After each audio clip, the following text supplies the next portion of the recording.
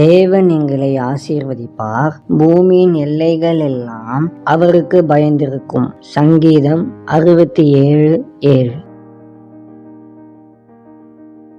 நாம் கொடுக்கும் காணிக்கையானாலும் சரி, தர்மமானாலும் சரி, மகிழ்ச்சியுடன் கொடுப்பதே சிறந்தது. ஏனென்றால் உற்சாகமாய் கொடுக்கிறவனிடத்தில்தான் தேவன் பிரியமாய் இருக்கிறார் என்று பரிசுத்த வேதாகமம் கூறுகிறது. அன்பின் பரலோக தகப்பனே, இஸ்ரவேலின் ஜெயபலமானவரே, உம்மை துதிக்கிறோம். ஆண்டவரே, நீர் எங்கள் வாழ்வில் நிரம்பி வழியும் ஆசீர்வாதங்களை தருவதற்காக உமக்கு நன்றிகளை செலுத்துகிறோம். நாங்களும் மற்றவர்களிடம் உம்முடைய அன்பு மற்றும் இரக்கத்தை பிரதிபலிக்கவும் மகிழ்ச்சியோடு உற்சாகமாக கொடுக்க கிருபை தாரும். இந்த நாளிலும் சந்தோஷத்தாலும் சமாதானத்தாலும் எங்களை நிரப்பி வழிநடத்தும். இயேசுவின் மூலம் ஜெபிக்கிறோம் பிதாவே, ஆமேன்.